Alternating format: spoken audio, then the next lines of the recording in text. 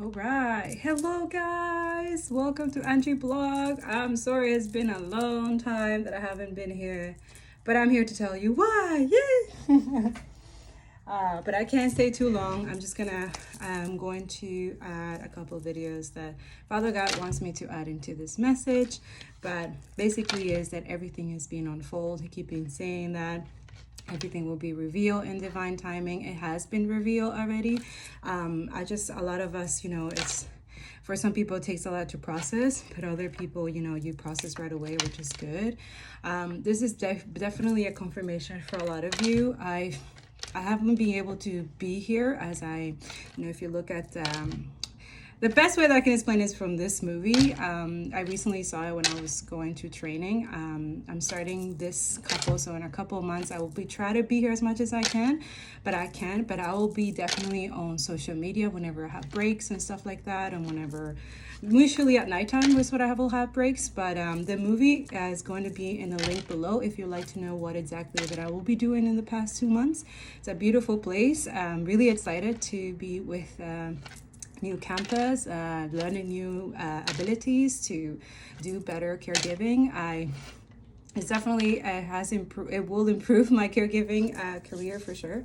But I know I've been trying to let go of the guilt and stuff because I'm improving my career while all these things are happening. But at the same time, I know this improvement, and not only in spiritual development and health development, and it can also improve other people as well. And it doesn't mean I'm letting go of what I do here, reading energy. I'm also even reading energies from people that I'm around, which is really cool that I'm able to do that, to keep the practice, to keep the energy going. And also that too is a skill to read energy, right? And use your discernment. And that's another thing that I'm focusing on as well, that I'm not going to take that for granted, is that I'm able to, help people. And as a healer, I feel like God is putting me in this beautiful journey of taking care of those who cannot take care of themselves, right? And kind of grow in terms of not only just empathy, but also like compassion, and it goes much more deeper. And I feel like this movie can actually help you guys understand it more. And I love that in this movie also is like completely showing how people with disability have also fought for their right, for their human rights, for their, their humanization, not dehumanization, as most of this system does. And again, at the end of the day, this video is going to reveal not only how unhealthy and mentally ill this Israel people are, everything, the system, the USA, anybody supporting anybody who is okay with genocide and ethnic cleansing, there's something completely psychotic wrong with you. Please seek help, okay? And it's just like, it's a lot of us to reveal that. And that is the karmic energy that we've been talking about for at least here who have been here for 7 years. That's the karmic energy. That's the one that God has been warning us all along. It's colonizers' energy. The energy from all the colonizers. They don't want to hold themselves accountable. They don't want to take accountability. And also it's showing us how deep, pure evil and deprived and disgusting these people can be, and how racist can be, white supremacy, how horrible it is, and how we have to decolonize. We have to continue the shadow work and inner work. This type of journey that I'm taking, this job that I'm taking, it's not just, for being there, but also it's a deep also healing as well, because I'm willing to put myself in their situations, not completely, but completely empathize and understand them as well. And also see different clienteles that not the one that I'm usually with, right? So these are completely, and also a completely different environment, a completely submerged in nature so yeah. For the next 2 months, I'll be in camp, but I will try to do as many messages. I do get a lot of downloads in nature, okay? So I will be, as soon as I'm able to, if I have a chance, I will be posting, okay? But it's not going to be, I'm going to try to be consistent, but I'm just letting you know, go watch the movie after this video, and you'll see what I mean. It's going to be a little bit difficult to come in, but I will try as much as I can, as I do on social media. We have to continue talking about Palestine, Congo, and Sudan. We cannot let the oppressors get away with this stuff. We have to continue educating. We have to continue sharing. This is why I have to run and stuff, but I am going to edit this video as soon as I can, and I will be posting it. Make sure that you please, if I'm not able to link link their one sec.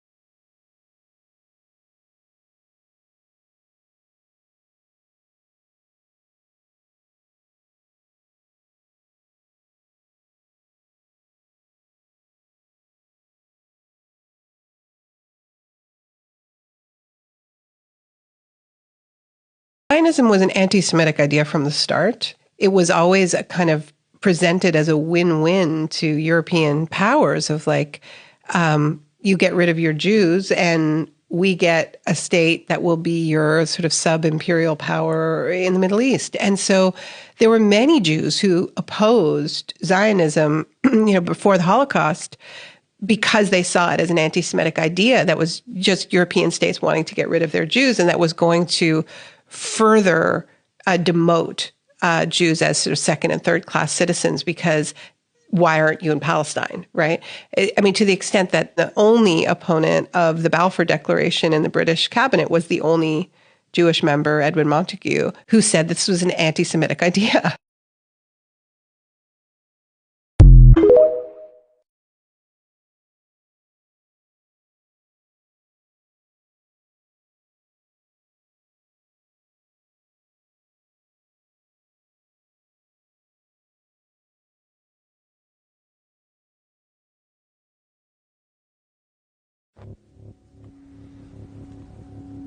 Here's a soldier saying that they've destroyed the university. There's no more education now in Gaza. I think the education in Gaza was something you need to preserve. People find it's humiliating, Oh, maybe humiliating. I don't. Someone's home. As I told you before, I don't see any problem with humiliating the Palestinians. There is nothing with humiliating.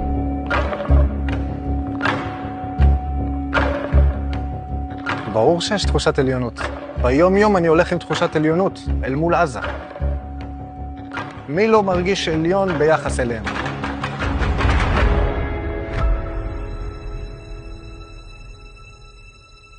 Since the war in Gaza started, Israeli soldiers on the front line have been broadcasting the devastation and their dehumanization of Palestinians on social media. Actually, when I filmed it, my commander was very. They want me to do it. There's videos where they've shown that they've tortured captives. They didn't torture captives. You are lying. You are lying, you are lying. They are not torture captives. They are going. This is a video where Israeli French soldier put a video out. They are being investigated.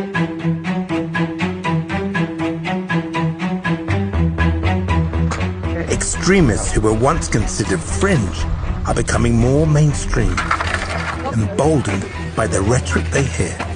Are you not concerned that by blocking the aid going to Gaza, a lot of Palestinians who are already suffering are starving? It's a wrong question, okay? Because the aid gets to Hamas. The issue for Israel now goes well beyond the occupation. כמה אני חושב שצריכים להרג עד שלא יהיה חמאס. אם צריך להרוג מיליון. It will always be the response of the West. If we are exaggerating, if we are walking, if we have genocidal thought.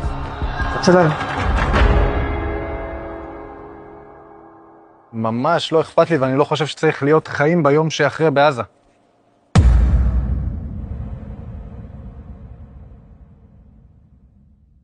So it's after 4 a.m. and I can't sleep. And what I'm wanting to know is how can anyone in this world maintain their sanity when the country that they live in and pay taxes to can't even cut off trade with another country that is committing genocide?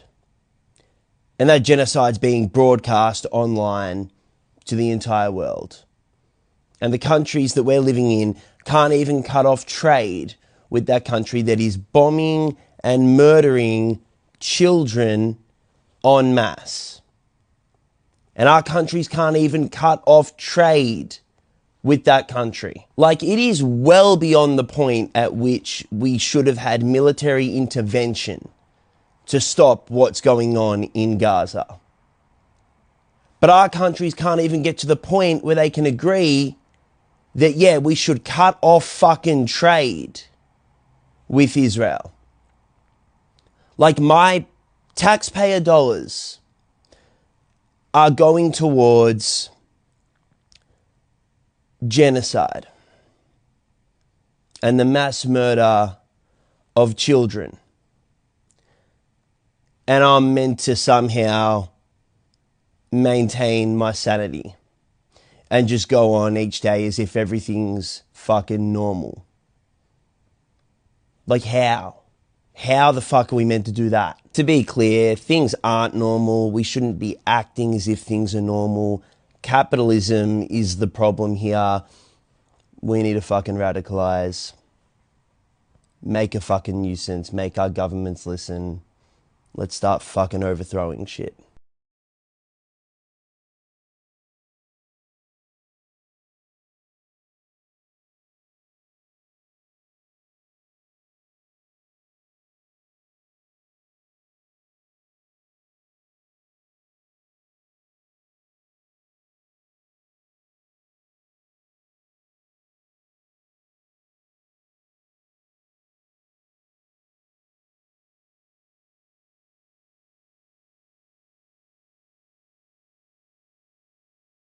Hi everyone.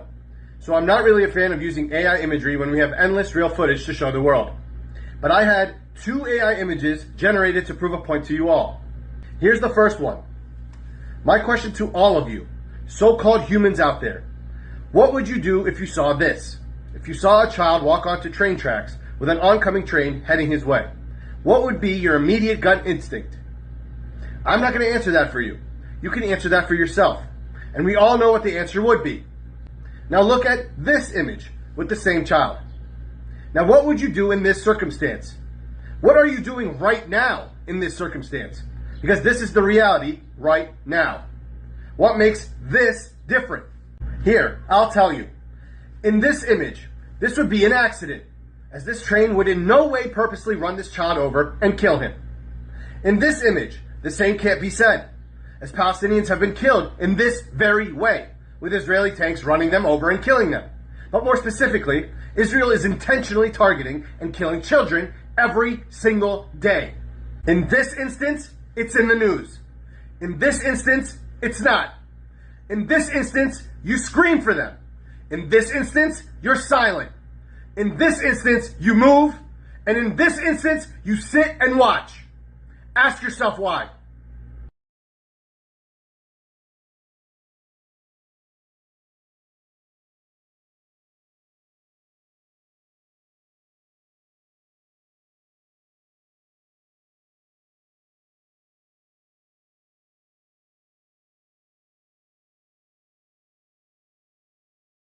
This is Elizabeth Wolf, and on May 19th, she was in a pool in an apartment complex in Texas, but she wasn't the only one there. There was also a Palestinian-American family of 3, a mother wearing her hijab, her 6-year-old son, and her 3-year-old daughter playing in the shallow end.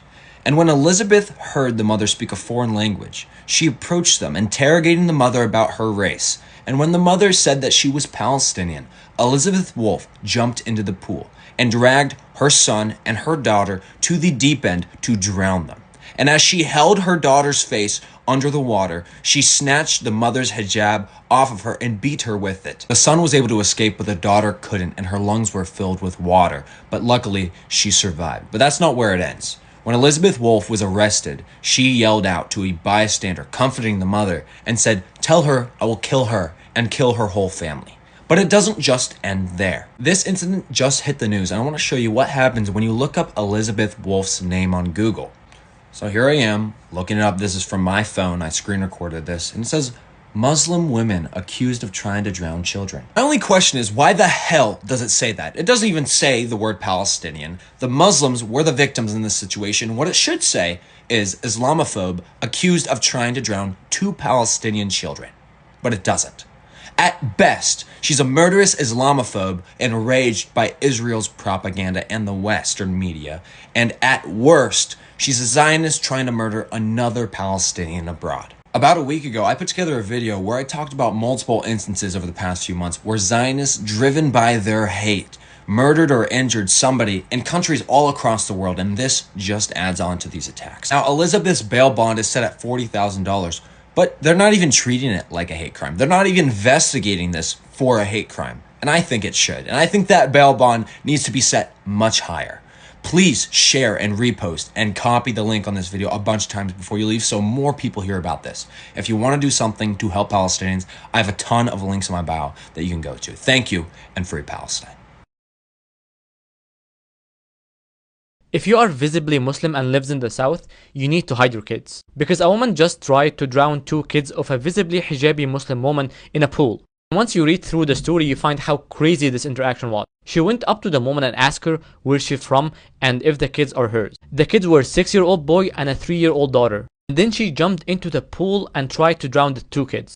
The boy was able to slip through her hand, but the daughter couldn't until the mother jumped into the pool and pulled the girl out of her hands, and the girl was coughing up water. And then the woman proceeded to pull her hijab out of the Muslim mother's head, and she started to hit her with it, until an African American man was able to jump in and hold her away from the mother. What makes this worse, the Muslim family is Palestinian, and she was saying her family is under attack across the world, while she's not able to move freely in America. And it's not only that, the kids have trauma because of what they went through. Like the 3-year-old daughter is afraid to leave the house because she's afraid that the woman is waiting for her and drown her again. This is a direct result of the genocide in Gaza, because the level of dehumanization that's happening now to Palestinians spills over to America, to Muslims and other ethnicities. If you are visibly Muslim, be extra careful during these days.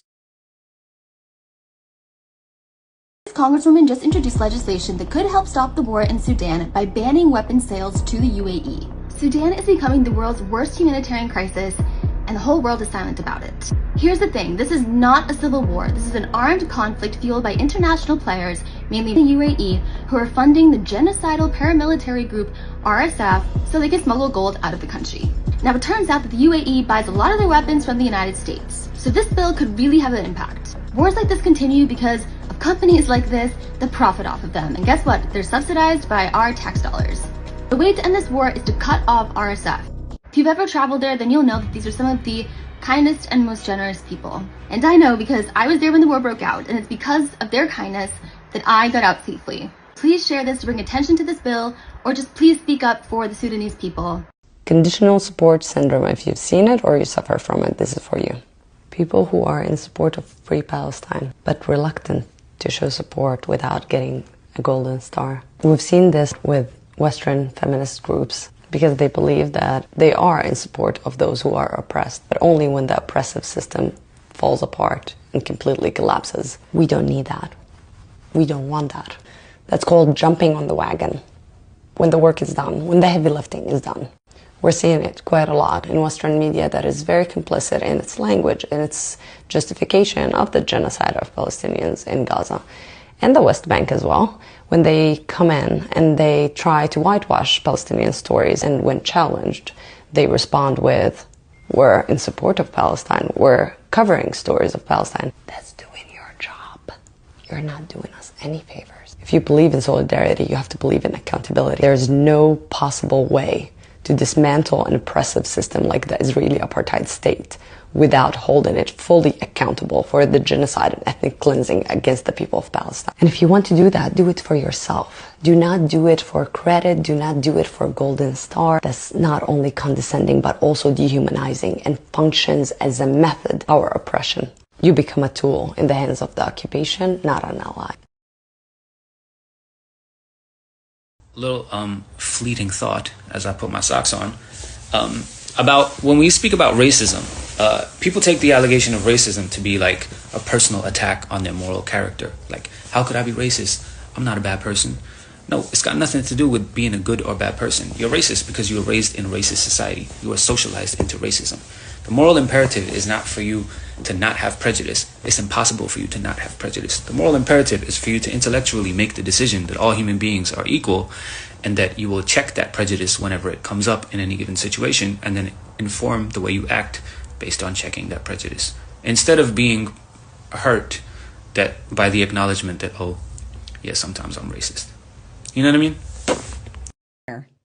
Thanks for having me, Kim.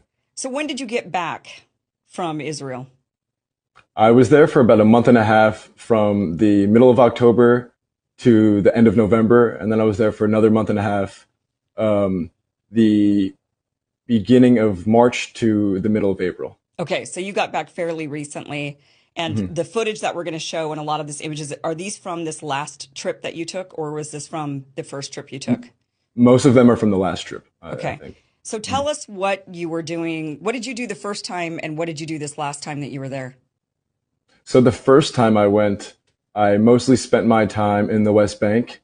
And following October 7th, they turned most of the settlers in the West Bank, most of the illegal settlers that are there, against international law and against Israeli law, they're there. And they turned most of them into reservists, military reservists. So these settlers, they were already trying to get rid of the Palestinian villages and the Palestinian towns. They were bothering people. They were terrorizing them. But they were made military reservists. So they were given uniforms, guns. Some of them were given Humvees. They were given drones. So about a month and a half following October 7th, I don't know what the number is now, they already had used these things that they were given by the Israeli military to ethnically cleanse 18 towns and villages in the West Bank. So they would kidnap their children and take them back to the settlements and tell them, if you want your kids back, you'd have to leave the land. They would set the houses on fire. They would cut down their trees. They would kill their animals, their livestock. They would terrorize them until the Palestinians leave, and they go to another town and wait for the settlers to come there. So I was going through these villages through the West Bank, and I was living with these Palestinians, and they were actually very welcoming. It was me, and there were a few Israeli activists with them. And when there are Israelis there, when there's internationals there in their villages, the settlers are less likely to, attack or invade or do anything violent to their village if they know that there's journalists there or there's Israelis there. So they kind of see themselves, those Israeli activists see themselves as protectors. Oh, gosh. Yeah. And so I did that for a little while. And then I also, in Israel proper, in Jerusalem, there was teachers, high school teachers and college professors who, one of his names is Mayor Brukin. He's a high school history teacher. And he was posting on Facebook about what was going on in Gaza. He would post pictures of children who had died in Gaza, say, this is Muhammad. Muhammad wanted to be a soccer player, but Muhammad will never be a soccer player because he was killed by our fine men and women in Gaza. And he was actually, his house was raided. He was put in solitary military confinement for a couple of weeks. And this is the crackdown that they're seeing inside of Israeli society. These are Jewish Israelis that, always led a life inside of Israel of, immense privilege. Now, they're seeing what it's like to live under a two-tiered system of justice. And that's just for speaking up, just for putting posts on Facebook. That's social media posts. Wow. That is so scary. I mean, that right there, just think about that. So many of us here in the United States are anti-war voices, right? So just and here we are on the precipice of World War III, it feels like. And imagine if we do break out in a war and we're the baddies. I mean, it just feels like, more often that we're the ones that are instigating, we're the ones causing the problems. And imagine those of us wanting to speak up. This is the future for us. I mean, what we're seeing in Israel is a snapshot of what is coming for Americans. If we were to go to war, those of us that want to criticize the U.S. foreign policy, the response, they're, saying, wow, look what we're doing to Russians or Chinese or whoever it is. I mean, they'll make that illegal. I mean, this is the future. They've done it in Ukraine. They've done it in Israel. They will do it here. I mean, I think people need to be aware of the implications of the support that we give to these other countries and what that means when they then try to bring those same policies to us. And they'll say, well, it's not time. Yeah, it's not a far-fetched idea. It's a fact that we support that government. Right. We have not, our government hasn't vocally made any opposition to the way that they are treating Israelis inside of Israel, Jewish Israelis. So you can assume that what they're doing is totally fine in the eyes of the United States government, which, you have to be a little Oh, worried they'll just about that. label us all terrorists. I mean, that's exactly what they're doing to the Israeli Jews that are speaking up, and they'll do it to us as well. So when you were in these are you Jewish? Yes, I'm Jewish. Did the Palestinians know that when you were in the West Bank? Yeah, I'm sure. I mean, they were, I mean, I'm an American. There were Israeli Jews there that they were more than welcoming. It's existential for them. It's either they stay in their village where they've lived for decades or they don't. And so if you need to, allow some Jewish Israelis or an American journalist to sleep on the floor there in order to keep your entire community, then you'll do that. And they were feeding us beautiful dinners and giving us tea and coffee whenever we asked for it or whenever they felt like it. And they themselves were eating, not like us. They were treating us like guests in their homes. They couldn't have been more welcoming. So they weren't trying to kill you. I mean, it kind of is what I'm getting at there, because there's this idea that, all these Arabs just want to kill all Jews, that this is existential for Jews, that this is not just a land issue or an occupier issue, that this is a religious issue.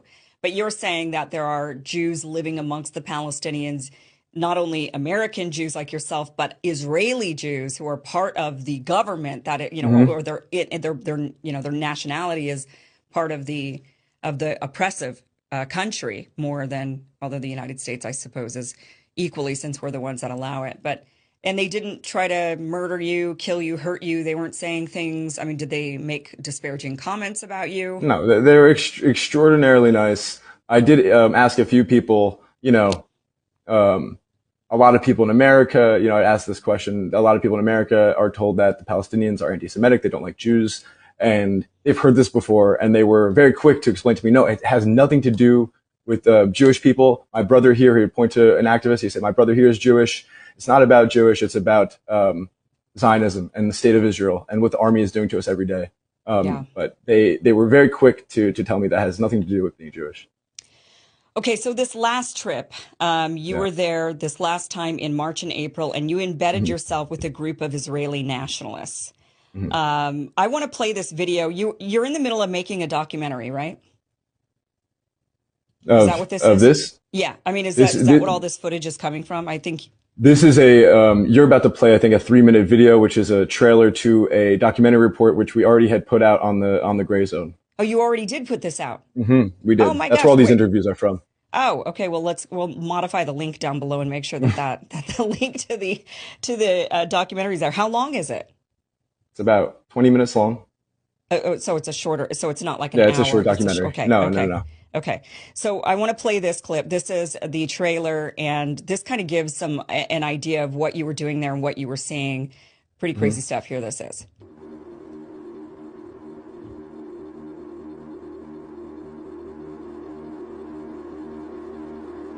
The police man, the head commander, came to us and said, okay, you guys came and blocked.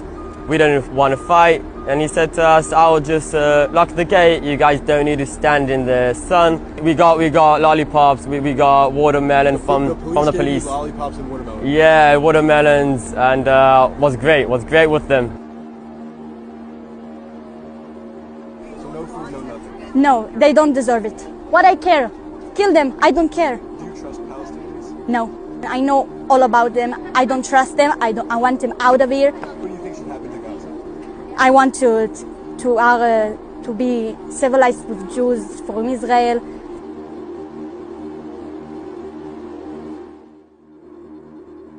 My unit was in charge of explosions. We blew up houses of terrorists, mosque, UN offices. I remember we got into some UN office that was in charge of helping families in Gaza that was affected by the war, and we destroyed it.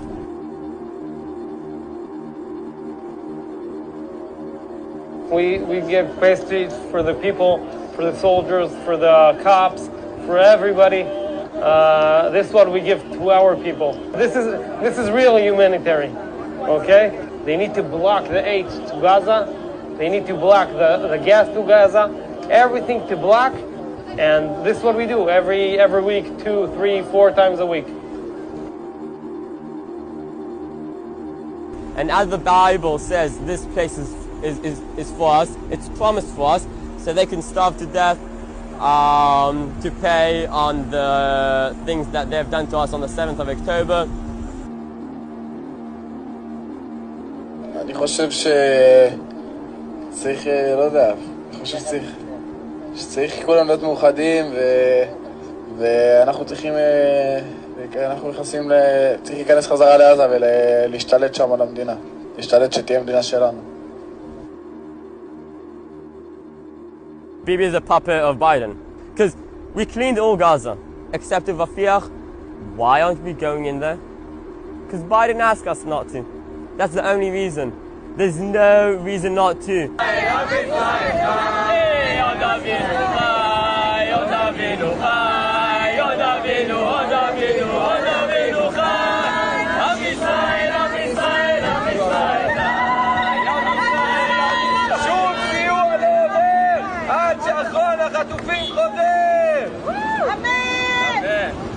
There's the guy with a baby. He's holding his baby. So they say, oh, the Palestinians radicalized their kids. And this guy is, I mean, I don't know what you call this. Do you think this sentiment, I mean, we just, that's pretty insane. I mean, these people are pretty crazy. They're talking about genociding, openly genociding all of the Palestinians. Yeah, that was their goal. I mean, their stated mission was to make sure that no food, no humanitarian. I mean, they would see rice flour going into Gaza, and they would act like they are seeing RPGs going to Gaza. They would, they were trying to stop the trucks from going in there. They were trying to breach the Egyptian border to attack the people in the trucks who are just driving the rice into Gaza. Sorry, to install the air conditioner, I had to put like paper thing and tape it, and yeah, it just came off, but it's okay. Now it's a nice breeze. It's been raining a lot here. So, but other than that, I definitely, for some of you, Father God's answering some prayers for some of you. You're not going crazy. This is not normal, what's going on in the world and what they're trying to normalize, genocide. Multiple in different countries, Sudan, Congo, Palestine, and all the other ones, right? Ethnic cleansing, it's wrong. Killing children, beheading children, bombing children, all the things that they said that Hamas did, they actually are the one doing it. So it was, again, Zionism is literally, when they accuse of something, it's their confession, okay? They're literally letting you know what they're gonna do, what they already did, or that they will do, okay? So it's past, present, and future for all these disgusting people, and they're psychotic, okay? So we have to understand that these people have psychopathic tendency, narcissists altogether, okay? And I think that will happen quite soon, and it will be a kind of like a nervous breakdown. I think already Israel is a mentally sick country. It's sort of suffering from a kind of psychosis, an illness, a mental illness, and it's become a national mental illness. This sometimes happens in the history of countries. It happened. It's happened in so many places actually, where suddenly there's been a complete breakdown of rationality, of any sense of empathy, and people have, run pell-mell into the fight, ready to do whatever they were told to do, and only years later have thought, "Who was I when I did that? Was that me? Couldn't have been me. How did I end up there?" A lot of the books about Europe and Germany after the Second World War really have that as their theme, of this self-questioning of thinking, how did we ever get there?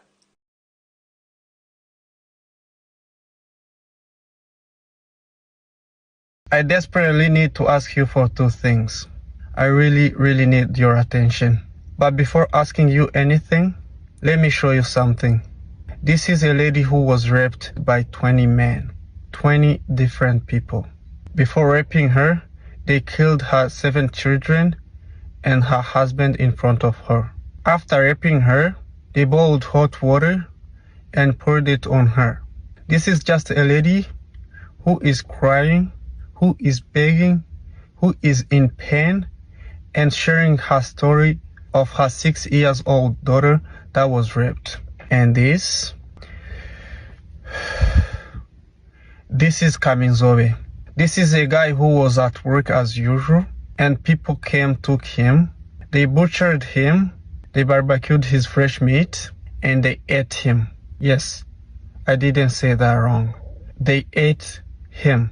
And to make it worse, they took a video of the whole process and put it online. Has anyone been arrested? Nope. No one has been arrested for that. I don't even know how to call it. So now I need to ask you two things. One, please help us raise awareness on what's happening in Congo. The death that's happening in Congo right now, it's something that you have never even read in a book or seen in a movie. 9 months ago, Israel cut off Gaza's water supply, and since then, they've destroyed over 67% of the water infrastructure in Gaza, leaving millions to the mercy of contaminated water, or at worst, no water at all. 3 days ago, the municipality of Gaza was able to repair some pipes in Gaza City and give some families running water. But the morning after, Israeli occupation forces bombed their team of engineers, including their general director of water and environment, Anwar al-Jendi. Him and 4 other engineers were killed on duty doing humanitarian work, and in addition to that, 7 others were injured. This is Tala, a 5-year-old girl living in a tent with the family she has left because Israel took her whole life away. And she's sick because the contaminated water that she has no other option than to drink. Her rest of her families are sick too, and she might die. But this is what Israel's doing to the people, the Palestinian people. Israel's weaponization of water in Gaza is killing children, it's killing people. And I want you to see that this is being systematically carried out. And I want to tell you that this is far from the only systematic plan that Israel is using to crush the Palestinians further and uphold and protect the genocide. It's not just the water, it's the systematic destruction of the healthcare system in Gaza. It's the cutoff of fuel, food, electricity, and internet. It's the lobbying in the United States through the pro-Israel lobby and the buying out of our politicians. It's the propaganda online. It's the weaponization of Judaism, anti-Semitism, and the memory of the Holocaust to make people like you and me feel guilty for trying to criticize legitimate, illegal, criminal, and inhumane acts that Israel commits every single day. And like I said, this is far from the whole picture, but I want you to have a glimpse. Israel is operating exactly as a regime of oppression does, and it's because they are a regime of oppression. Please like, share, comment, and repost this video. Copy the link a bunch so more people see this. And if you want to do something to help Palestinians, you can go to my bio. There's a ton of links that will take you to do exactly that. Thank you, and free Palestine. What's the difference between this title of a newspaper and this title of the same newspaper on the same topic? About 9 hours and the threat of being taken to court by a country. Now, why would The Telegraph, a beleaguered right-wing newspaper in the UK, want to allege that the biggest airport in Lebanon was actually a storage device for the biggest non-state military group in the region? Let's speak a bit about the Hariri Airport. Previously known as the Beirut Airport, the Hariri Airport is the most important in the country. Statistics show that in 2019 and 2020, at least 8.6 million people traveled through it, between tourists and the Lebanese diaspora. It is also a really important commercial hub because through it go significant amounts of Lebanese exports and come through significant amounts of Lebanese imports, like mobile phones, construction materials, car parts, packaged food, pharmaceuticals. It's also a tremendously important regional hub for the delivery of humanitarian aid, as it was proven to be during the Syrian civil war. Now, Israel's government is desperate to start a war because the genocide that they inflicted on the Palestinians in Gaza and that they are inflicting in the Palestinians in the West Bank was not only cruel and unnecessary and a continuation of 76 years of occupation, but also as a massive strategic mistake that has put them as international pariahs. They want to reverse that position. They want to be the victims again. Not only to quell dissent international and distract people, but also to quell dissent internally. And because Hezbollah is linked to Iran, they are the perfect villains for their never-ending victimhood story. Now back to The Telegraph. This reporting from The Telegraph doesn't come in a vacuum, because I found this article in March this year. Now, the IDF has a specific doctrine of war that they developed in Lebanon in 2006 called the Dahiyat Doctrine.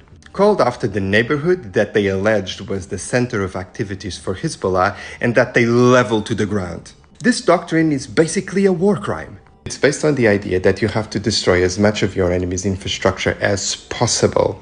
Power structures, hospitals, schools, to inflict as much damage as you can in your enemies. And this is the IDF and its supporters, because you cannot forget that Israel is an international settler colonial project, laying down the consent for this to happen. This tweet pointed out something really fascinating about that article in The Telegraph. Did you see that there were no bylines? There were no authors. It is an article that apparently appeared from the ether, but it reminded me a lot of another article. This one launched in September 8th, 2002, I think, by the New York Times, by a journalist called Judith Miller. This article, for which the New York Times apologized retrospectively, like they will eventually apologize for screams without words, was one of the justifications held up by Condoleezza Rice when they defended going to war in Iraq. Fortunately for all of us, we're a bit wiser to that now. We are able to identify these things better.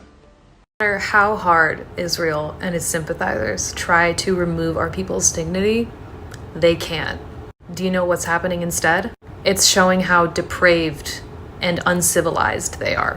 It's showing how their people, haram, have no dignity. When they do things like what they did to that man on that truck, like what they did to Hind, like what they're doing right now in this moment as you're watching this to our people in those fucking camps. Ultimately, they are hurting themselves. They're not making the world see our people as animals. It's the opposite. And the only thing keeping me going every day is knowing that God sees all of this and that this is intolerable in the world that we are creating right now. This must end. This will end. And people who sympathize with Israel are in for a continuous rough awakening to what happens when people lead and move with their trauma, no matter how many people it hurts, and the spiral of harm that it causes. They are digging themselves a hole right now. They want to do what they're doing while their army girls are posting fit checks in their uniforms in front of kidnapped people. Okay, babe. Whatever story they're trying to tell about is failing. So yeah, I refuse to engage with this idea that they're taking away our people's dignity. They can't. They are just erasing their own. And they're desperate, because they know that.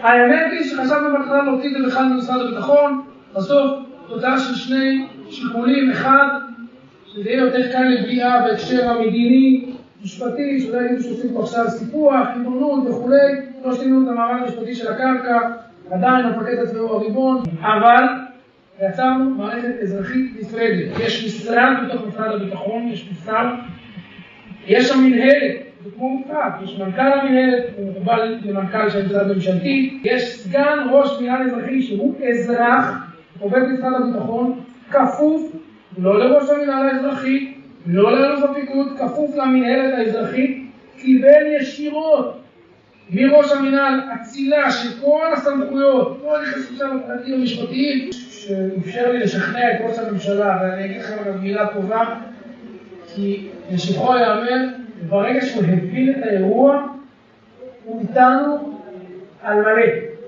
כל התהליכים האלה לא קשורים לשאלה אם יש שר נוסף במשרד הביטחון, המנהלת היא קבועה, הנציבות עובדת לקבל אותה, יצא את זה מכתב לשר הביטחון, העברת האחריות המשפטית היא קבועה, גם אם מחר הממשלה נופלת ואני הולך, ושם. So, the Israeli finance minister was caught stating at a public event that they were going to use civilian armed population in order to annex the West Bank to protect the government officials from international repercussions. They stated that they've created a separate civilian system that will be easier to swallow in the international and legal context, so that way they won't say that they're doing the annexing. Violent armed settler groups are not anything new to the international community, but the smoking gun is the connection between them and the Israeli government. Since October 7th, Ben-Gvir has issued over 100,000 new gun licenses, and 10,000 assault rifles are for these civilian security teams. Other things that they include are guns, helmets, body armor, M16 semi-automatic weapons, and machine guns. For decades, these civilian groups have been just notoriously violent against the Palestinian people. One of the most violent groups is known as the Hilltop Youth. They also work for another group called the Desert Frontier. These guys initially started out with just basic price tag assaults. Now, price tag assault is somewhat of a revenge assault, and even the Anti-Defamation League can't whitewash this one. But they state that these guys are just extremist Israeli Jews, and they're not working on behalf of the Israeli government. These assaults are primarily vandalism, including homes, mosques, property, and they have to throw in there that even Israelis are targets of this as well. But these guys got so bad that there's articles written on them about them putting out cigarettes on Palestinians, beatings, attempted sexual assaults. I don't know if anybody remembers this article, but supposedly the IOF have frozen their contract with the Hilltop Youth over allegations of abusing Palestinians.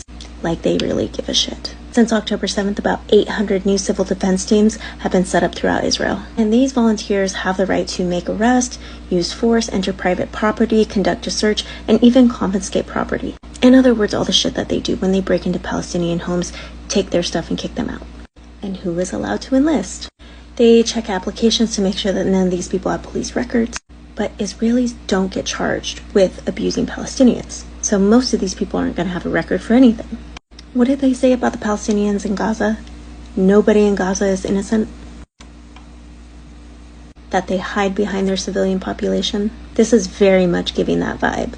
That these government officials are hiding behind their civilian populations because they don't want the repercussions from the international community. Some of the parts of Smotrich plan are to give civilians greater control over settlement construction and oversight of the lawyers who decide legal issues. He's also going to strip the top army commander in the West Bank's ability to block settlement construction plans. Millions of dollars are going to guard these new settlements also. And how they plan to do it is they're going to use their civilian population to demolish Palestinian buildings in order to make new settlements. And protect them from the international community, 50 countries who came for their asses at the International Court of Justice. One of the biggest Zionist talking points is, oh, just bring the hostages back and this will all go away. The reason why this has happened in the first place is because of the Israeli obsession with annexing land in the West Bank and also trying to sell property in Gaza. There is no focus on a ceasefire deal. I'm really curious who they pissed off at the New York Times to publish this article. Free Palestine.